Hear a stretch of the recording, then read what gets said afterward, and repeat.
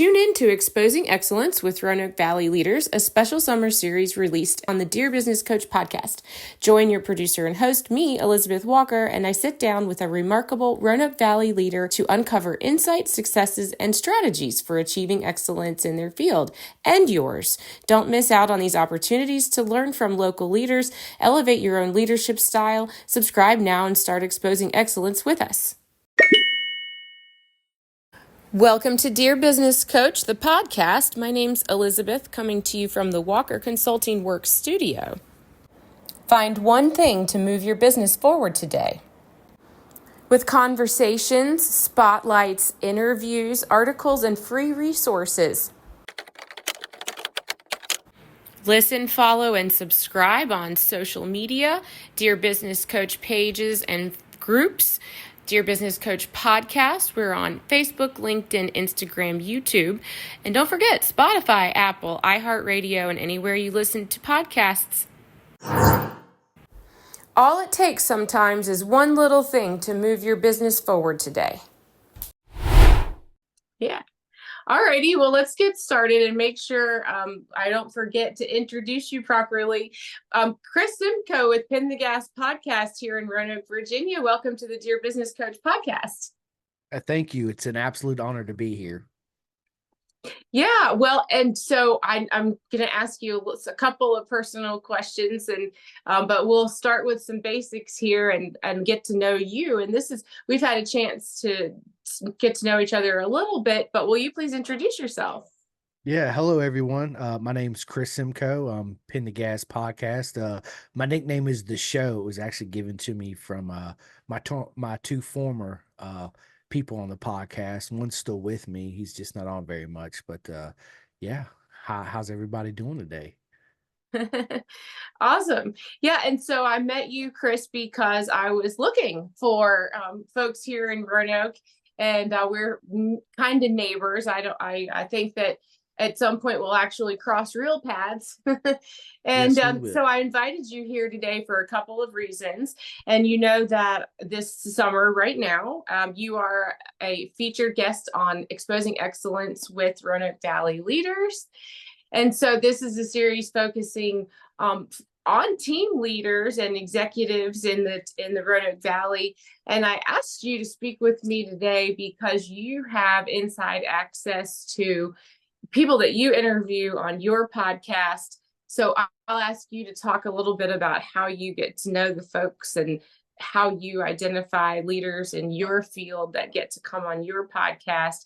But tell me about Pin the Gas podcast and how you got started. Yeah, good question. So I was actually the first guest on Pin the Gas podcast.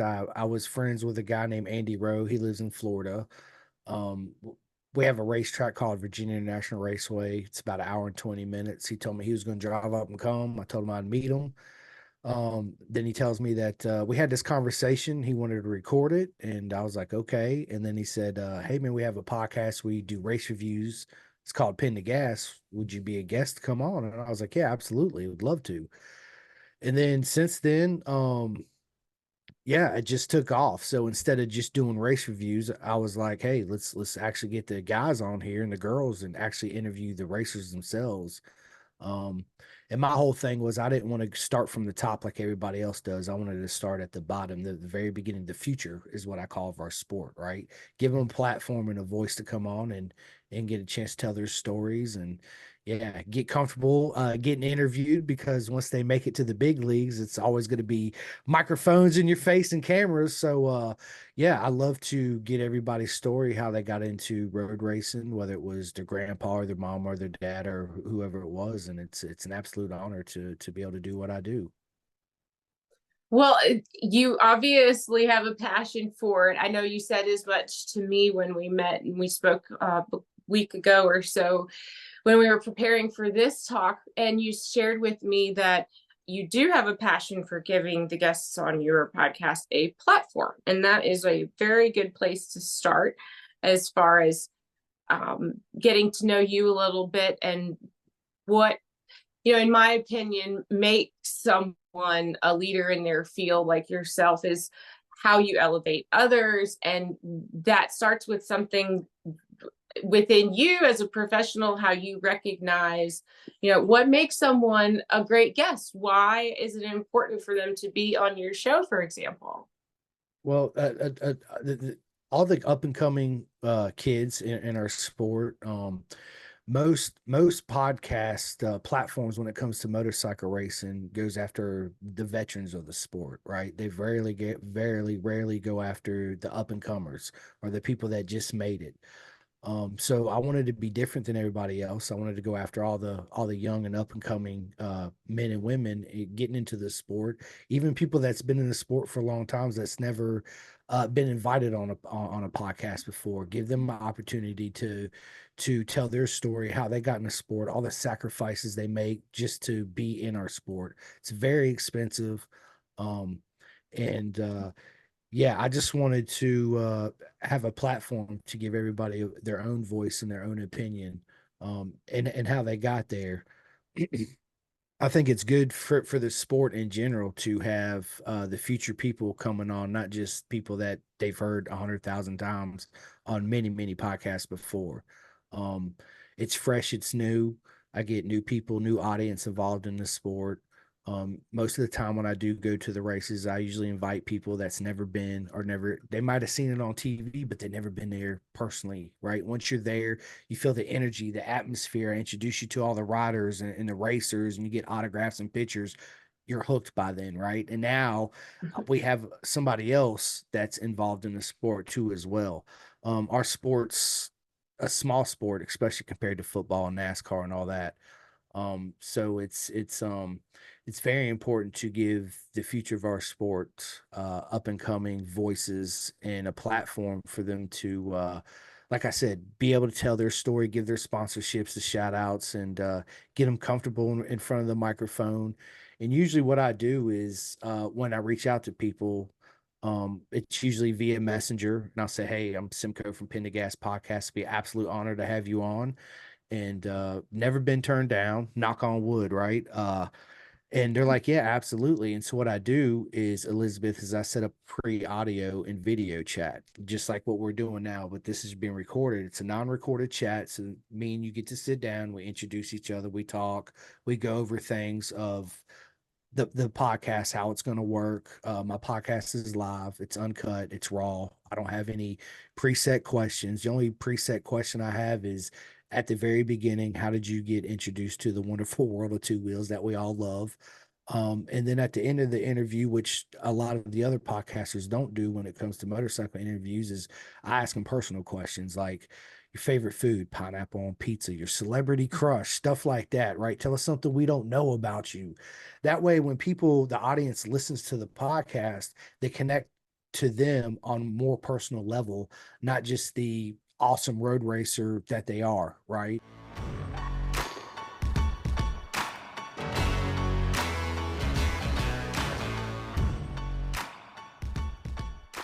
Okay.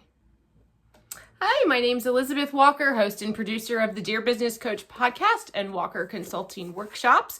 Join me live on October 18th for the Power of Laughter Masterclass with Clayton Fletcher. Now, I'm bringing this ad to you today on purpose because you will see an e-blast from the Jefferson Center for the Power of Laughter Masterclass with Clayton Fletcher. That's October 18th in the Fosdeck Hall. It is a full day seminar, and I'm hosting. If you would like a personal invite, please DM me on LinkedIn. You can also email me at dearbusinesscoachpodcast@gmail.com. So today I am coming to you from my home studio in Floyd, Virginia, telling you, remember to sign up for the Jefferson Center's email subscription list if you haven't already, and you will receive a reminder in your inbox, a dedicated email about the Power of Laughter. And it says, Elizabeth Walker presents the Power of Laughter Masterclass with Clayton Fletcher. Learn from an international professional stand-up comedian what all business people should know. What do comedians do on stage every night? How do we read the room? How do we learn what our audience is connecting with us around? And how can you learn how to do that in your everyday conversations build rapport with your customers and employees. So this is an event that is targeted for executives and team leaders who speak. If you are in the Roanoke Valley or surrounding area, October 18th starts at 11 a.m. You can reserve your seats right now at the Jefferson Center box office. Pick up your copy of The ROI of LOL. That's the book that Clayton's workshop is centered around. So the co-author is Steve Cody. You can find both Clayton Fletcher and Steve Cody on LinkedIn. So my name is Elizabeth Walker, host and producer of the Dear Business Coach podcast and Walker Consulting workshops. Please join me on October 18th and contact me now. I can help you reserve your seat or at the box office at the Jefferson Center in Roanoke, Virginia. And if you connect with somebody that you listen to on a podcast, when you finally go to see them in real life at a race, you feel connected, right? And that's very important too. I just wanted to bring a different element to the podcast game that has been missing. Well, that's actually a very good point. I was actually speaking this morning about putting when we listen to folks on a podcast, how it is a kind of an intimate experience for the listener, right? Even though I'm just talking to you right now and you get a chance to help facilitate the conversation, right? If I'm the guest.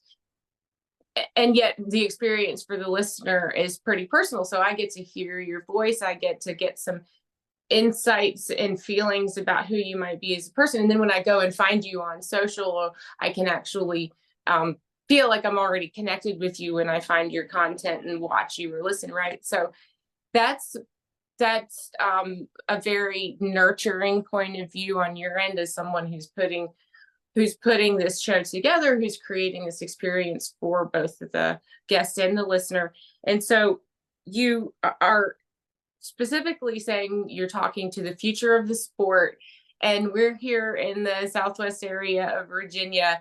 It sounds like you have a lot of great experiences with colleagues and professionals in the field right here. I know your podcast isn't just for people in Virginia. So speaking to other professionals in this area, tell us what is it about Virginia that we love about this place? What is it about the world of moto racing that attracts people to our area to race and perform? Well, it's Virginia is a pretty well located place as far as racetrack goes. There's so many racetracks within the area. You could travel 8 hours in circumference from Roanoke, Virginia, and hit many road races. So it makes it easy to travel and get to each one. Like Road Atlanta, for example, is in Georgia. It's 6 hours from here. New Jersey, it's 6 hours from here. Mid Ohio's like 6.5 hours from here. Then we got tracks in West Virginia, North Carolina. I mean, there's so many around the area. It makes it easily accessible to actually show up and go to a race.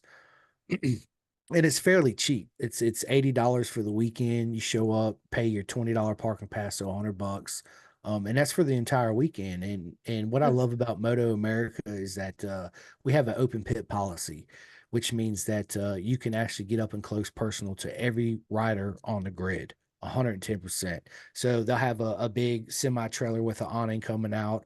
They have the movie theater little string that goes across that actually separates you, but you're literally 5 or 6 feet away from the mechanics working on the super bikes or the super sports or whatever it is. And you see the riders and the data engineers, and you're right there up close and personal. That's one thing that Moto America does really well. As far as the audience goes, I'm worldwide. I interview people from Australia, Australia Superbike, British Superbikes, World Superbike, Moto America, Isle of Man TT, Northwest 200. I mean, everywhere. It's I don't I want to get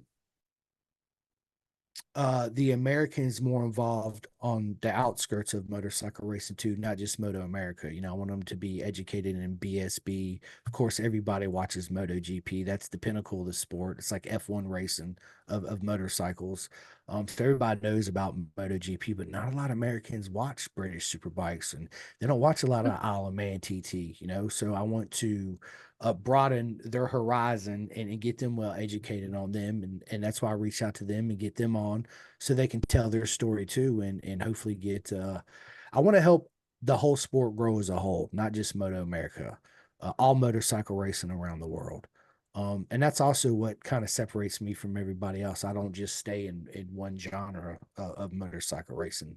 I reach out to everybody, which is important for the sport too. You know, it's like if you was in car racing, you'd be interested in all types of car racing, right? Not just NASCAR or Formula One. You'd be interested in how do you get to Formula One? Like what steps, right? Those are the guys that I go after. Is the people that is already in the sport and they made it, and the people that are coming up to get to our sport to make it. Um, and it helps it out as a whole. Yeah, well, it's now before I ask you the next question, let's say really quick, I know the name of your podcast is Pin the Gas Podcast. I can watch you and connect with you almost everywhere, right? So tell me where I can find you and follow you. I'm everywhere but Apple. I'm not on Apple right now. I'm working on it. So soon I will be on Apple. So Spotify, iHeart, Boomplay, Google, Samsung, YouTube, Facebook, LinkedIn, TikTok, Instagram, pretty much everywhere but Apple. You can watch all my videos, all my podcasts. Some of them are audio and video, some of them is just audio. Depends on the platform you choose to watch it on. Yeah. And so you said you are live streaming your interviews. So when I'm listening to a recording, that was, or listening to a podcast on, say, Spotify, that was actually a live experience. And so I've caught you on LinkedIn, for example. And so you stream to several channels at the same time. Is that right? Yes, I stream to YouTube, Facebook, and LinkedIn. It's all live. That way people can watch and they can actually interact. So they can actually ask questions. I'll pull the question up so the guest can see the question and I'll read it. Like Elizabeth, Cameron asked, how did you get started in podcasting yourself? You like, well, that's a great question, and then at the end I'll be like, thanks for the question. And then at the end of the podcast, I gave everybody that watched and a shout out. Thank you guys so much for watching. Please go to all my social medias and like and subscribe and all that. I think it's very important when you podcast, and that's something else. Most podcasts you watch are pre-recorded. Mm-hmm. And it don't give the viewers a chance to come on and ask any questions. So that's why I use StreamYard, because StreamYard gives me that format to where I can go live on YouTube, Facebook, and LinkedIn. That way you can watch on whatever platform you want to. When you ask a question, it pops up on my screen. Me and you get to see it. Okay. And then yeah, I'll pull you up and you come on. And what I've been doing lately too is I've been asking everybody that watches if you want to come on and ask the guest personally on camera a question, send me a message. I'll send them the link. They'll come on, they'll ask their question, and then we'll laugh and have a good time. And yeah, I'll kick them off and we'll go to the next guest. But I think it's important to do that because now the audience feels like they're actually part of something, not just, oh man, this podcast is coming out. I can't wait to listen to it. They're like, dude, did you hear me on Pin the Gas? Dude, they gave me a shout out and they actually asked my question, right? It makes them feel like they're part of something because they are part of something. And I tell everybody it's an absolute honor to meet everybody and for everybody to ask questions. It's something that's missing in a lot of podcasts, I think. Well, it is a skill, and so you obviously are natural at it because it's not easy to even know that you're streaming to three different places and somehow keep focused that you're talking to one person. It is actually a mental a little bit of a mental exercise there to be able to do that and think about being able to naturally involve your audience at the same time. So like I said, you obviously are natural at it and have a passion for it.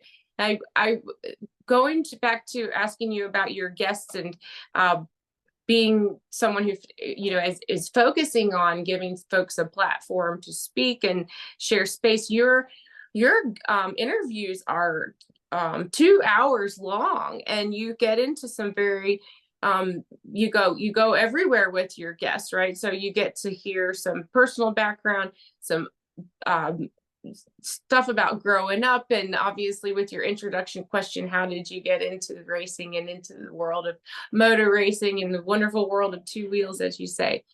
So, but one thing that that you told me in our prep for this conversation is that something happens that, you know, you enjoy watching with your guests who might have not ever been asked to be in an interview before or spoken like this before in an interview setting. So you're a part of that little bit of a leadership of that leadership journey for someone who's learning how to speak and build their career, if you will. Um, so what happens for your guests who've maybe never been on a podcast before?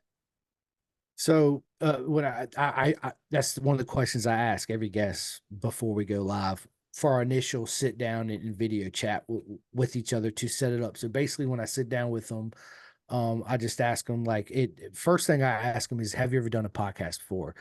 Most of them have not. And I'm like, don't be nervous. Yes, it is live, but don't be nervous. We're just that's why we're sitting down together right now. So we meet, we greet, and you're comfortable with me.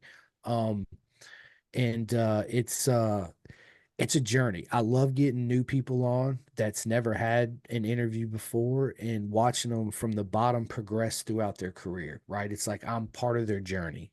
And I stay friends with everybody. I go to a lot of road races, so I see all of them personally. It's all hugs and laughs and high fives. I don't consider myself a mentor. Um, I'm a very humble guy. I have a hard time saying I have fans out there. I just say it's true. It's when people ask for like pictures and stuff, it's very humbling. It's not something that I ever dreamed would happen. It's not something that I strived for as far as that goes, you know. I'm doing it for my whole love of the sport, trying to watch it grow, help all the young kids come up, give them, like I said, a platform to get comfortable talking on the microphone, getting a chance to tell their story. And I told you this, Elizabeth, at the end of the day, the main reason why I do this podcast is for my son, Rossi.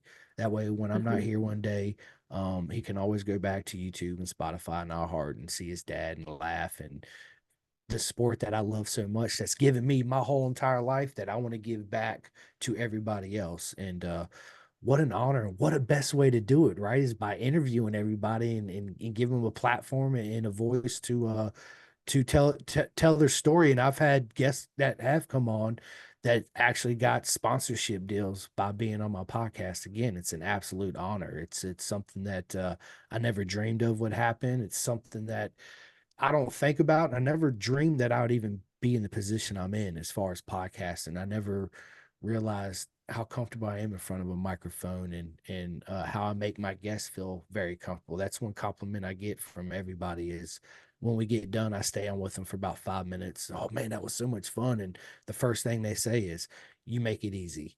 I mean, you make it so easy to talk to and so easy to interview. Like, and if you go back and you watch some of my podcasts, you tell the beginners that it's never been on because they're all nervous, they're shaking, or not shaking like this, but they're just twitchy and touching their face all the time, you know, all that stuff. And by the end, they're wide open, laughing and giggling and just putting off that energy, um, which is very important. Yeah, well, so you're good at making people feel comfortable, and I mean, I can tell that right away. What is it that you think? Let's see here. Let me think about my question here. So when we're talking to folks in an interview situation, you know, you do have that chance to, like you said, ask some personal questions and ask some background. Um, but there is something there, you know, there is something about the folks that you interview. When I listen to your guests, I am, for someone, I don't, you know, I'm not in the racing world, I don't know anything about motorbike racings, and I realized that um each sport kind of has its unique sort of culture, right? And I don't know a lot about the racing world, but I can tell immediately just from jumping into a couple of your conversations that everybody here wants to see other people win. And you guys are kind of building camaraderie, right? So even as you're talking to a guest about their successes and their wins, and you're highlighting your guest, you guys, as you say, you want to bring the wonderful world of motor racing to the world, and bring, the outskirts maybe more into focus, and give the sport more exposure. I think that you do that naturally with your guests, just because you have a knack for bringing out what I think is the culture of your sport. Right, you guys really are. You want everybody to come to the sport to have the most fun for everybody, and so something about talking about someone's wins, someone's awards, someone's records, it becomes a stepping stone for the next person. You encourage the competitive nature is to make everybody better. So am I kind of picking up on that? Because I don't know anybody in your field, but that's what I get from your podcast. Yeah, I'm friends with so many people in the paddock. It's I want everybody to give their 100% best, and to be able to fulfill all their dreams. And I always talk about, not only do I talk about their success, but also like to talk about your failure, right? Because it's very important. And how do you deal with that? Stressful situation. You show up at the racetrack, nothing's going your way, the bike's giving you no feeling, the front don't give you no feeling, the rear's not giving you any traction, you're just lost, right? How do you mentally get through that, to focus, to get back on that bike, to go out there and still push it at 100%? Because our sport it's a very dangerous sport too. And I make the guests deep tell me, what they do to prepare mentally, physically, how do they get over those mental challenges when it comes to road racing, because it's all a mental game, just like most sports in the world. It's 80% here, the other 20% is talent. um Golf, everything's the same. It's very important that when I ask the guests those questions, because then you get to know uh how they handle certain situations. And I always like to say, like, when I first started podcasting, man, I was so nervous, right? It was like, oh my God, I hope I don't sound bad. I hope I don't do this. But then what helps me deal with it on day-to-day basis, and road racers too, is always tell them, um, focus on where you're good at on the track, right? Not where you're sacrificing, not where you're really struggling at, but if you focus on the areas that you're good at, then all that bad negative stuff gets pushed back in your head, and you're not thinking about that anymore, right? And a happy rider is a fast rider. So if a rider's comfortable and they're happy, they're going to be naturally be fast.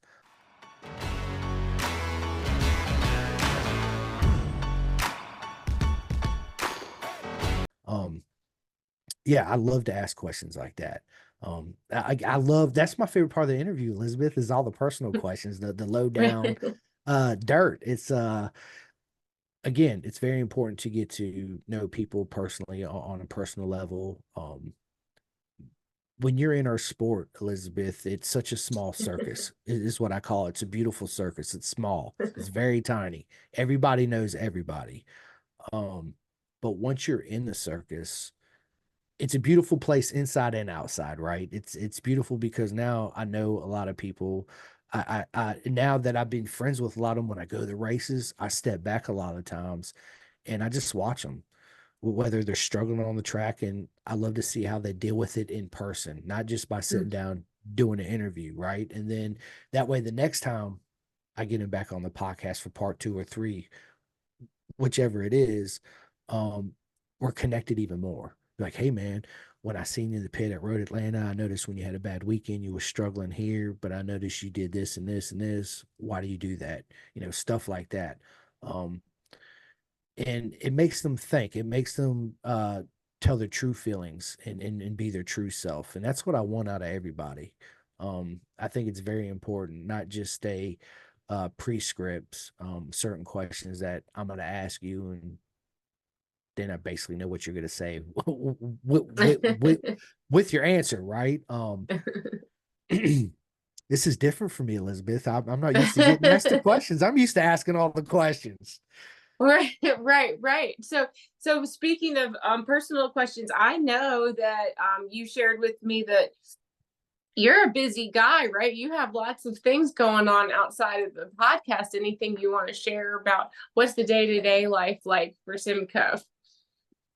So I work Monday through Thursday, 6 a.m. to 4:30 p.m. I'm off Friday, Saturday, and Sunday. Sometimes I do podcasts 5 days a week. Sometimes it's two or 1 day a week. Yeah, it's a full-time job, podcast full-time job, work full-time job. I'm married to the most amazing woman in the world. I got the best son ever, Hayden Rossi. Yes, I named him after two of my favorite road racers. And honestly, if I didn't have the support system that I do from them, it would be very hard for me to do what I do. It's a juggling act, working full time, and Elizabeth, podcasting is a full time job. Um, I don't get paid to do it. That's the goal. One day I would love to be able to do this full time and be able to provide for my family and still go to the races and do live interviews and stuff like that too as well. But yeah, I'm busy. I don't slow down until it's time to go to bed, basically. I feel like our life's so short, right? We only get a short period of time here. So I make the best of it. And I tell everybody this, Elizabeth, none of us are strangers. We're only friends that haven't met yet. Um, another thing I like to tell everybody is that from day to day, our lives get so busy. I challenge everybody just for whether it's 30 seconds or 2 minutes out of every day that you wake up, stop and enjoy the moment, whatever moment it is. Like right now, as I'm doing this, I'm really enjoying this moment, right? Of course, once this is done, I'll go out there and I'll cook dinner and feed my dog and do all that. And then, dad mode kicks in, husband mode kicks in. It's podcasting is a way for me to, I don't want to say this, connect with people around the world. I'm such a fan of the sport, as you can tell from the background of all the stuff in my room. I grew up watching road racing. I can't even tell you how many road races I've been to. Um, and to be able to give back and be able to connect to the people that I'm such a fan of, whether they're new to the sport or they've been in the sport 10 years. It's uh it's an absolute honor, and it just takes me away from my day-to-day stress of life because everybody has that stress of life, right? Um so it's a good way for me to, it's the best way. If I'm not riding myself on my motorcycle, then there's no place I'd rather be than sitting down doing interviews with all the amazing people of road racing. Yeah, yeah, getting to meet people is the coolest part about sitting down in front of the camera and then having it documented, like you said about having a record or a catalog or where your son can find you and see material and see your work. I feel the same way. There's something really cool about that. What do you want to share with me? When do you get to ride, and what's your racing story? So I grew up in the military. My dad was a fighter pilot. So we constantly moved. I wanted a dirt bike. My dad was like, "Yeah, I'll get you one." Of course, my mom was like, we ain't getting him no dirt bike." So going from base to base, I always made friends with the kids that, guess what, had dirt bikes, right? So I grew up riding with them. And then when I was in high school, uh, when it was 16, you get your driver's license. I got my motorcycle license and my driver's license, and I bought a motorcycle. I didn't buy a car. And my mom was like, "What are you gonna do when it rains?" I'm gonna get wet. What are you gonna do when it's cold? I'll dress warm, right? Like this is my path. This is what I want to do. So I've been riding since I was 16. Well, street bike since I was 16. Went to Phoenix, Arizona. Went to Motorcycle Mechanics Institute, which is a school you go to they show you how to work on motorcycles, so you can be a motorcycle mechanic. And while I was out there, I met a bunch of proper mega. Yeah, I know you hear me say that all the time. Proper Uh-huh. mega people. And they're the ones that actually said, "Hey, let's go do a track day." And for my first track day in 1999, um, I went and did that. I did several track days, then got my road racing license, did 2 full seasons. And road racing is expensive. It's super, super expensive. If it's so I stopped road racing and I just do track days. I only do a couple a year now, because I'm just so busy. I just don't ever really have the time take a weekend to go to the track. I'd rather take a weekend to go to the track and support my friends in Moto America, and or I fly to Europe and go to British Superbikes and support all my friends out there too. So um I do ride, but just not as much as I want to, right? It's yeah, so Right. one day. Well, this is a perfect place for you to be. It's just fine with you. It is. And do you do you want to share as well what's coming up for anything for you and your network this summer? This would be like Plug City time, right? Any kind of sponsors that you have on your show or businesses that specific to your show you would like to point people to, and what's coming up? Any events we should look out for this summer? Yeah, I'm going to Mid Ohio. Moto America will be at Mid Ohio. It's August 14th through the 16th. Obviously it's in Ohio. And then I'm going there, and then I'm going to the last race of the year, which is in New Jersey at New Jersey Motor Park. Um, and then I mean, podcasts pretty coming up. I'm pretty much booked up through August. I'm filling in for September now.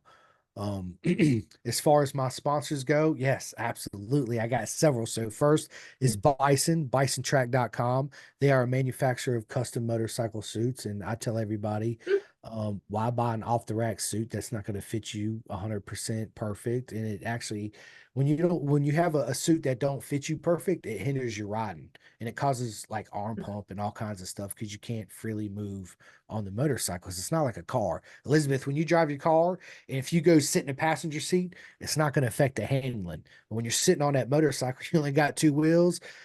Every input you put in totally affects the handling of the motorcycle. So you need something that's going to fit you perfectly so you can get all those free movements in to get the best out of you and the bike and be as safe as possible. So bisontrack.com, they're a sponsor of mine. I have a sponsor out there in the UK. They're called the clothingking.co.uk. They make all my Pendergast merch for out there. People in the UK, you can get beanie hats, t-shirts, soft shell jackets, the whole 9 yards. I have a company out here called Flying Eyes Optics. They make these sunglasses that are made and assembled in Austin, Texas, Texas. They're actually made to wear up underneath your motorcycle helmet. So Elizabeth, Oh. you've never had a motorcycle helmet on, right? So if you put a motorcycle helmet on, most of them come with clear visors. When it's sunny outside, it's bright, you're naturally going to put a pair of sunglasses on. When you put a pair of sunglasses on, whether it's Oakley, Maui Jin, whatever it is, right? The arms on them are super stiff. So what it does is it creates a pressure point underneath your helmet. It causes headaches, and I wear contacts, and because your I do contacts go too. blurry and all that, right? So these Flying Eyes optics, they're made specifically to wear up underneath. I mean, you see how the arms bend on these things and they pop right back. So and Yeah. they're super light, and I don't even notice I wear them half the time. Matter of fact, everybody that I see, I'm like, here, try these sunglasses. Like, oh my God, these are absolutely amazing. Cool. I got a website and a discount code for you to go get you a pair, right?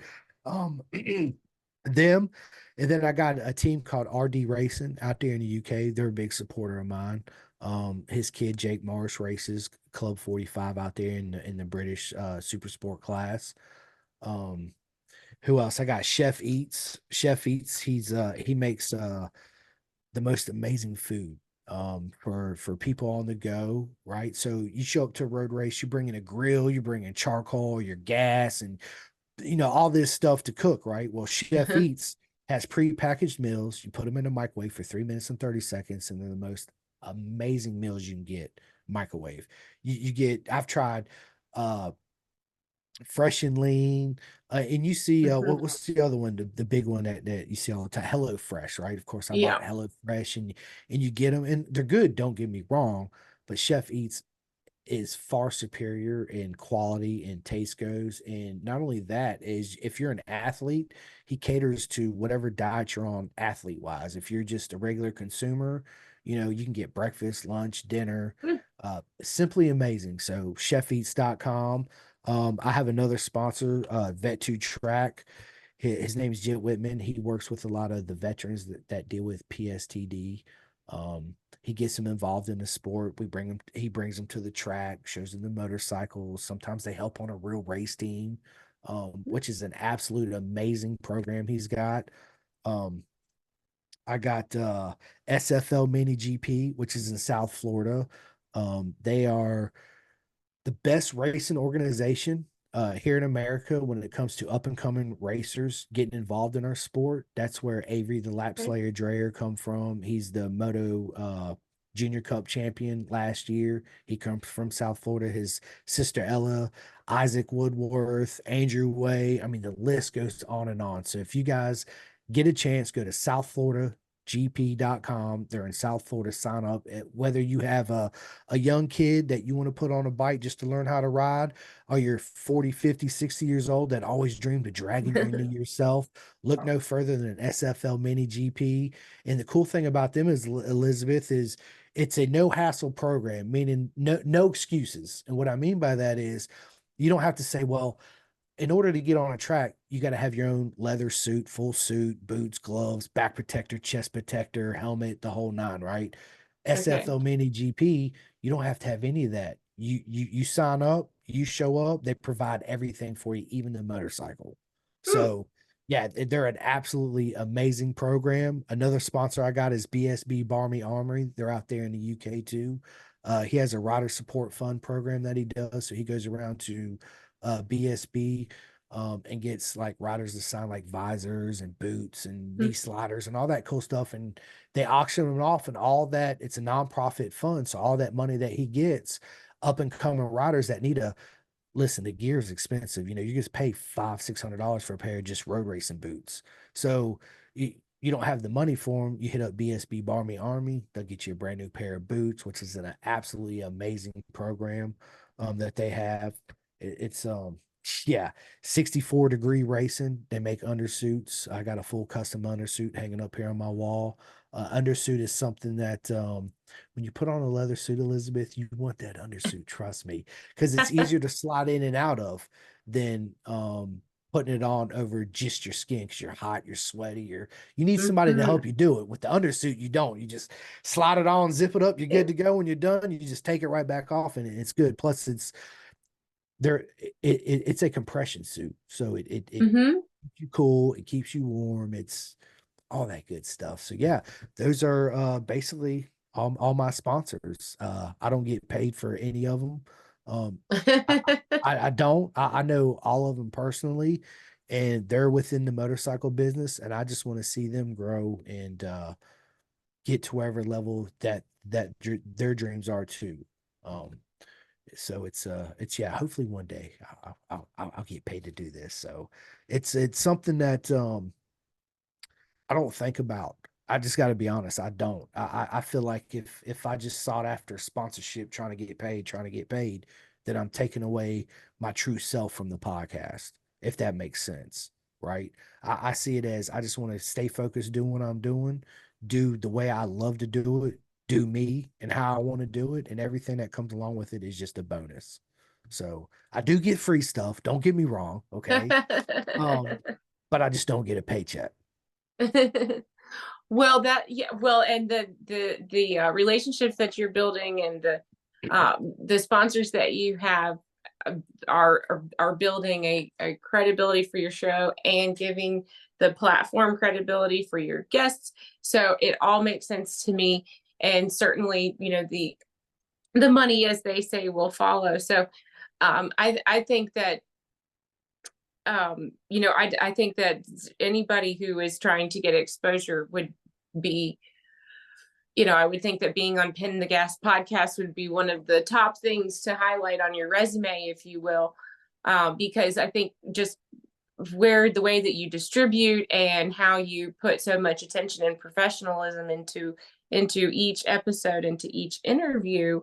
I mean, it does feel a little bit like a network show. I mean, it does feel like, I wouldn't be able to tell, that you were basically doing this 100%, as you say, free. So I'm highly impressed. But so when can we, let's see here, if I want to catch you next time, is there a schedule? And I look out for you on Pin the Gas podcast. and you're every week. Is that right? Yeah, I do. So if you go to my Facebook page, I have Pin the Gas Facebook page and my Kris Simko. It'll show up on both. All my events pop up there. So with StreamYard, this is what I also love about StreamYard is when I create my event on StreamYard, it'll ask me, do I want to go to YouTube, Facebook, LinkedIn? I used to do it on Instagram too. I stopped doing live on Instagram just because they don't save the video. So Mm, once it's done, it's gone. Like I can't even right. go back and find. So I'm like, I don't want to waste the time and energy doing that, right? So the cool thing is where I was getting at is StreamYard. It allows me to Mhm. do Facebook, LinkedIn, and YouTube. And then when I go in StreamYard and I create the event, it automatically pops up on YouTube, LinkedIn, and Facebook. Say, hey, Kris Simko is going live with Braden Elliott, which is a BSB superbike racer. Catch us at Tuesday at 6 p.m. Eastern time. So if you just go to my Facebook page, all my events that I have coming up, you'll see pop up. Currently just got done with my last one. So when we get done with this, I'm creating a couple more because I do got some coming up this week. I Okay. try to schedule them at least 2 days out before, depending on where they're at in the world, right, Elizabeth? So if I get somebody Hmm. coming on from Australia, they're 16 hours ahead of us, so it's the next day for them. Um, so that's a little tricky to schedule. But again, if you just go to my Facebook or YouTube, Pin the Gas, yeah, you'll see all my upcoming events, what time it is, and who I'm sitting down with to have a proper mega chat with. Awesome. Yeah. And jump in, ask questions, and get involved, and you can meet Yep. and talk to Simcoe and his guest live. Absolutely, and I also have a fantasy league. So if anybody goes to Oh, MotoGP.com and you go to fantasy leagues, right, it's all free. You join the fantasy league, and then you go to search leagues, put in Pin the Gas podcast. My league will pop up. You join my league at the end of the season. Whoever wins the league gets a surprise from Pin the Gas podcast. okay. Okay. Well, awesome. So Well, so I was calling you Kris, but you go Simcoe. Thank you so much for bringing Pin the Gas podcast to the Dear Business Coach podcast. And it's been an honor to speak with you today. absolutely. The honor's all mine. Thank you so much for the opportunity. It's been a lot of fun. Thank you so much for joining me today. My name's Elizabeth, coming to you from the Walker Consulting Works studio in Floyd, Virginia. This has been an episode of Dear Business Coach.